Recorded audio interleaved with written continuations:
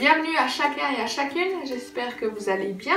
Pour commencer ce temps de vidéo, je voulais tout d'abord vous souhaiter la bienvenue, que vous soyez un adulte, un ado ou un enfant. Aujourd'hui, on a besoin de tout le monde. Mais les enfants, je compte particulièrement sur vous pour motiver les autres. Avant de rentrer dans le vif du sujet, à savoir à la découverte des trésors de la Bible, je voulais prendre un temps de prière. Seigneur, je veux te remettre ce moment qu'on va pouvoir passer tous ensemble. Je veux te remettre chaque personne qui est en train de regarder cette vidéo. Que tu puisses être avec elle, que tu puisses la garder, l'accompagner dans ce qu'elle est en train de vivre durant cette période. Et je veux te demander que tu puisses parler tout particulièrement à son cœur durant cette vidéo. Je veux te remettre ce temps qu'on va pouvoir passer tous ensemble et je veux te remercier pour cette opportunité que tu nous donnes. Amen. L'autre jour, j'ai commencé à faire du tri dans mon galka. Et ouais, j'avais un petit peu de temps, je me suis dit que c'était le moment. Mais il se trouve que j'ai pas terminé, du coup j'ai ramené une dernière boîte ici. Et puis je me suis dit que ce serait plus sympathique si on faisait du tri tous ensemble. Alors j'espère que ça vous embête pas trop, mais bon, vous n'avez pas le choix. Alors, voyons ce qu'il y a encore dans cette boîte. Un patin, ok, j'espère retrouver le deuxième.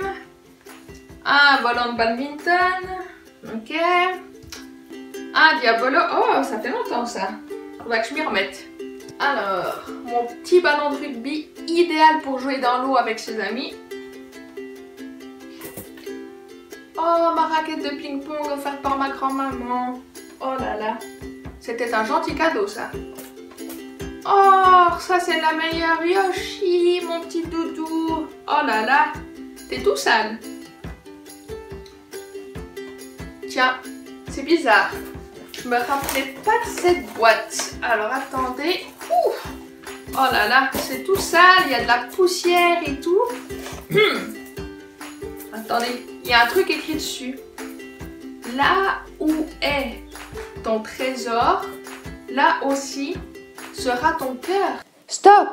Avant que l'on découvre ce qu'il y a dans cette boîte, je t'invite à répondre aux deux questions suivantes. La première, quel est ton trésor?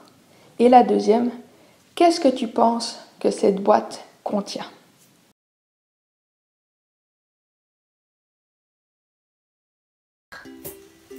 Bon ben, on va l'ouvrir, hein? Tiens, mais c'est bizarre. Tout le monde possède ce qu'il y a dans cette boîte.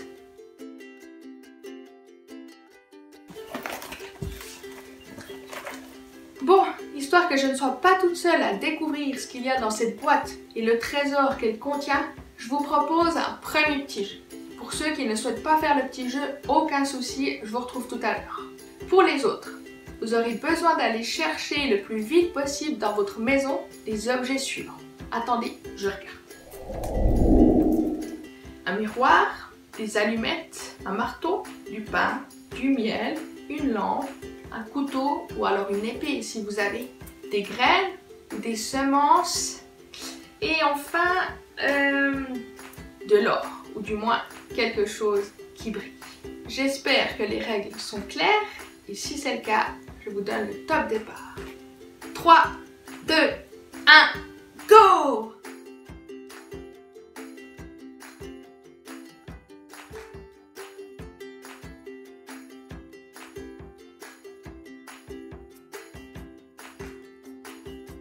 Vous voyez, j'avais raison. Tout le monde possède ces objets, ou du moins une grande partie. On peut donc partir du principe que le trésor ne se trouve pas dans ces objets, mais dans ce qu'ils signifient. Pour ce faire, laissez-moi vous raconter une petite histoire à l'aide de chacun de ces objets.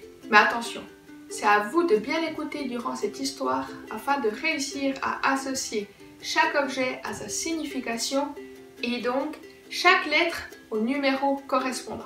Pour ce faire, avant d'écouter l'histoire, je vous encourage à recopier toutes ces informations sur un petit bout de papier, histoire de pouvoir plus facilement remettre de l'ordre dans tout ça.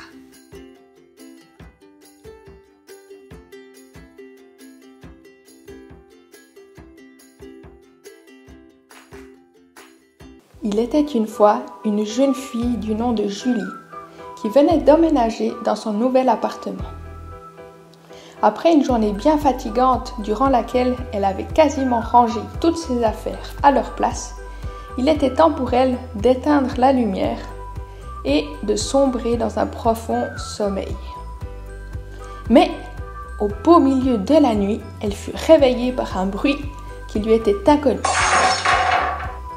Il faut dire que cela était plutôt normal, puisqu'elle dormait dans cet appartement pour la toute première fois. Heureusement, la lampe n'était pas trop loin, et elle put donc se rassurer en se disant que tout allait bien. Et oui, mettre de la lumière dans une pièce, c'est toujours plus rassurant, surtout lorsque l'on doit retrouver notre chemin jusqu'aux toilettes.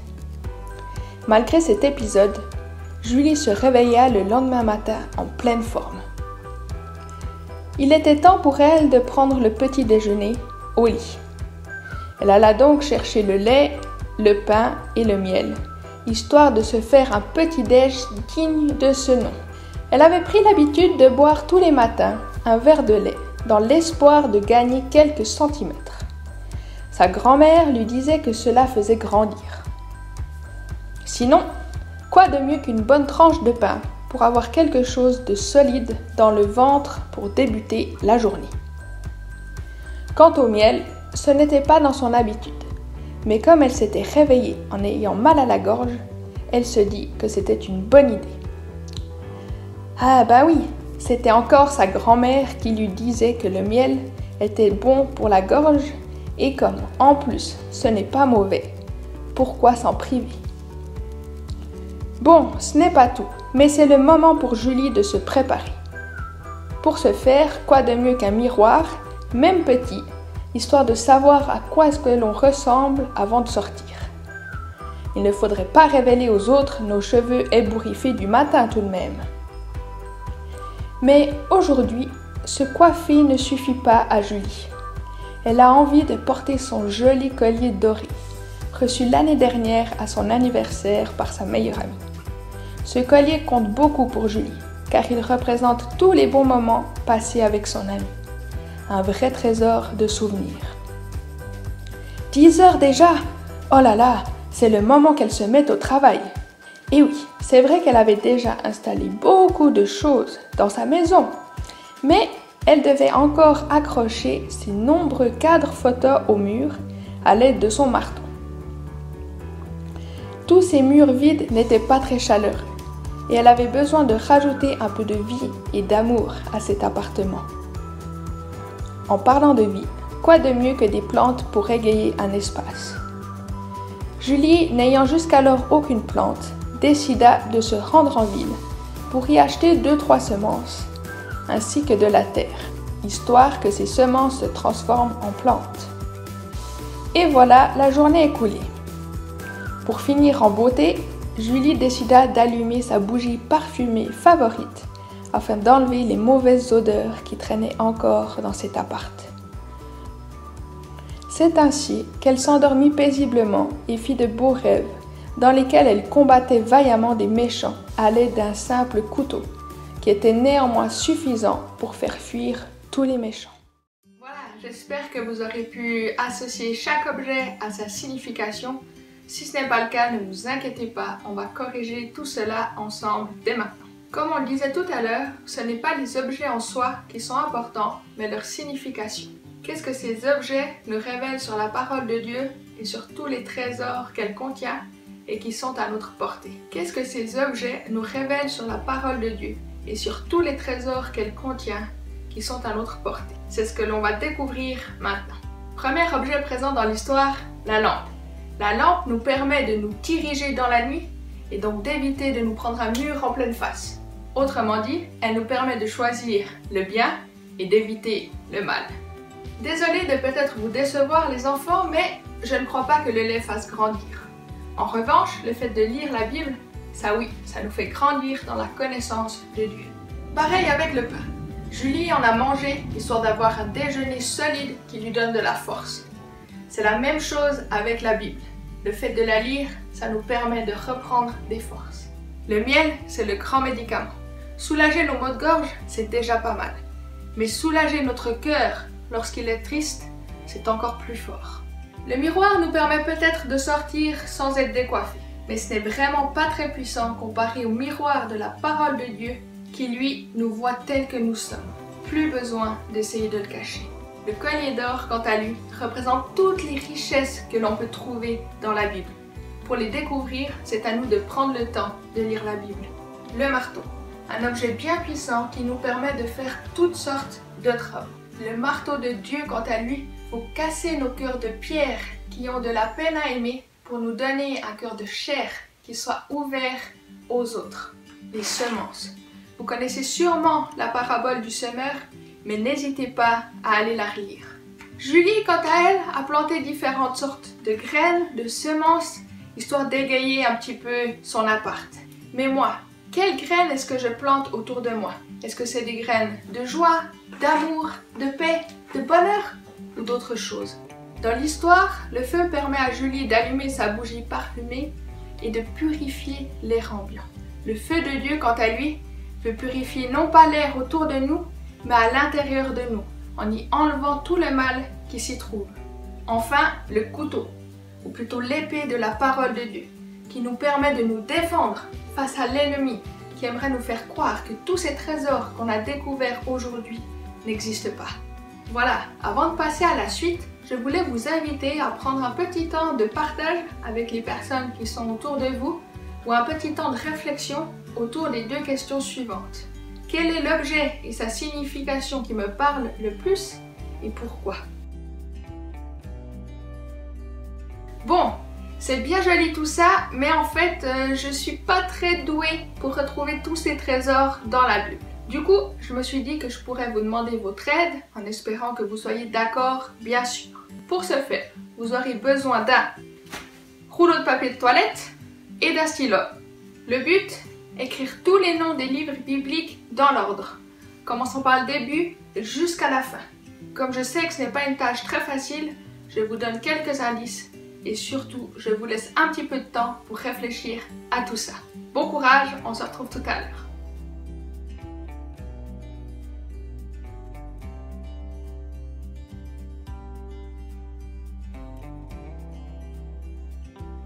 Pendant que vous étiez en train de chercher, d'ailleurs, j'espère que vous n'avez pas trop galéré, moi, j'ai eu le temps de retrouver mon vieil iPod au fond de la boîte de tout à l'heure.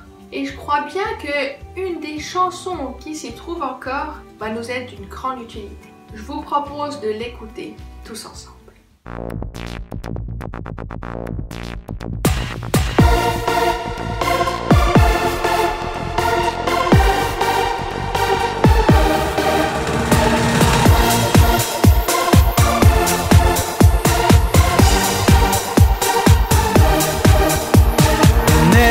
Exode, Lévitique, Nombre 2, Deutéronome, Josué, Juge, Ruth, 1-2 Samuel, 2 Rois, 2 Chroniques, Esdras, Néhémie, Esther, Job, Psaume, Proverbes, Ecclésiaste, Cantique des Cantiques, Ésaïe, Jérémie, Lamentation de Jérémie, Ézéchiel, Daniel, Osée, Joël, Amos, Abdia, Jonas, Michée, Naoum, Habakkuk, Sophonie, Agé, Zacharie, Malachi.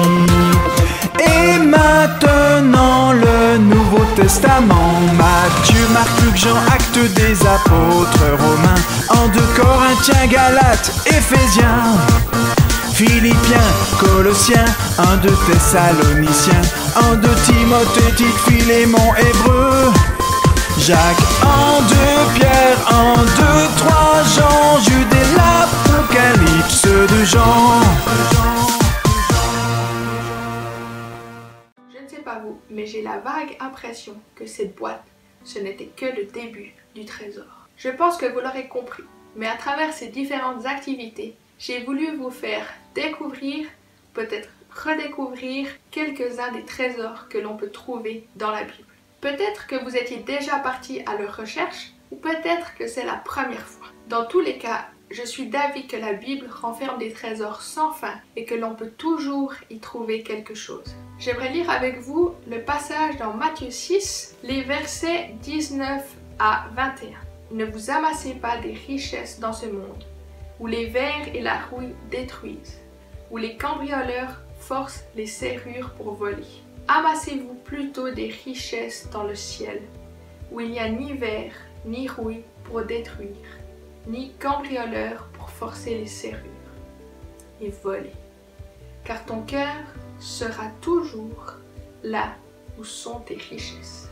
Et oui, il est très probable que si j'avais attendu plus de temps pour faire du tri parmi mes différents objets, j'aurais été bonne pour les jeter. La raison étant que ces différentes affaires sont des choses matérielles qui s'usent avec le temps. Ce n'est pas le cas des différents trésors que l'on peut trouver dans la parole de Dieu, qui eux ne périssent pas avec le temps. Mais c'est à nous de décider aujourd'hui dans quoi est-ce que l'on veut investir notre temps, notre argent et même nos pensées, je dirais. Dans quoi est-ce que je mets de l'importance dans ma vie? Les différents objets que vous avez pu voir dans cette boîte, je ne les ai pas inventés. Ils sont à moi, ils représentent des personnes, des activités que j'apprécie faire. La question c'est, est-ce que je vais investir davantage de temps dans ces passions ou est-ce que je vais plutôt investir mon temps dans les trésors spirituels qui durent indéfiniment? Voilà, je voulais vous laisser avec ces petites réflexions pour aujourd'hui. J'espère que j'aurai tenu ma promesse du début, à savoir que vous aurez pu apprendre ou redécouvrir des choses sur Dieu et sur sa parole. Et avant de conclure, je voulais vous proposer de faire encore quelque chose de concret, histoire de se rappeler des découvertes que l'on a pu faire aujourd'hui. Pour ça, deux options. La première, pourquoi ne pas réaliser une boîte au trésor, comme celle que j'ai utilisée aujourd'hui? Vous pourrez ainsi déposer vos différentes découvertes au fil de votre temps avec Dieu. Pour ceux qui souhaitent faire ce bricolage, un tuto va suivre juste après. Je vous promets, c'est très simple. Pour les autres, à la place, je vous propose de commencer, si ce n'est pas déjà le cas, un carnet de prière. Le principe étant le même que celui de la boîte au trésor, à savoir d'écrire au fil du temps nos découvertes faites avec Dieu.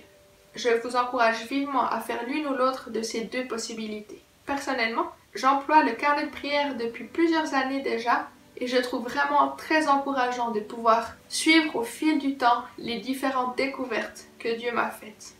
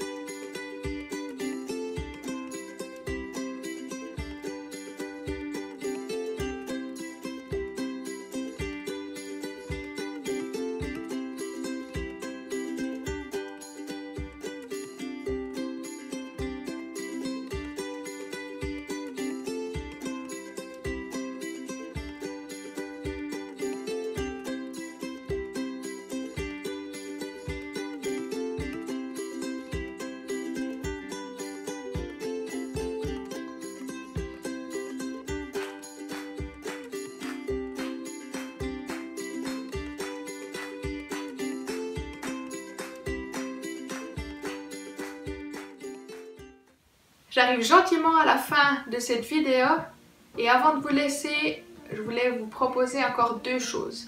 La première étant de prendre un temps de prière version prière popcorn. Pour ceux qui ne connaissent pas, c'est très simple. C'est l'idée de prononcer des courtes prières à Dieu, notamment de remerciement. Seigneur, merci pour cette journée. Merci pour ce temps qu'on a pu passer tous ensemble. Merci pour les trésors qui se trouvent dans ta parole, etc., etc. Et pour ceux qui le désirent, je vous ai mis en pièce jointe une proposition de playlist de louanges qui existe déjà sur YouTube. Il y en a une pour les enfants et une plus pour les adultes. Voilà, moi cette fois j'ai vraiment terminé. Merci d'avoir écouté jusqu'au bout. J'espère que tu auras eu du plaisir. Et entre nous, n'hésite pas à aller faire un petit tour sur notre site internet sur lequel tu pourras retrouver des guides pour les adultes, les ados, les enfants et encore plein d'autres choses. Sois béni et encouragé et à une prochaine. Ciao!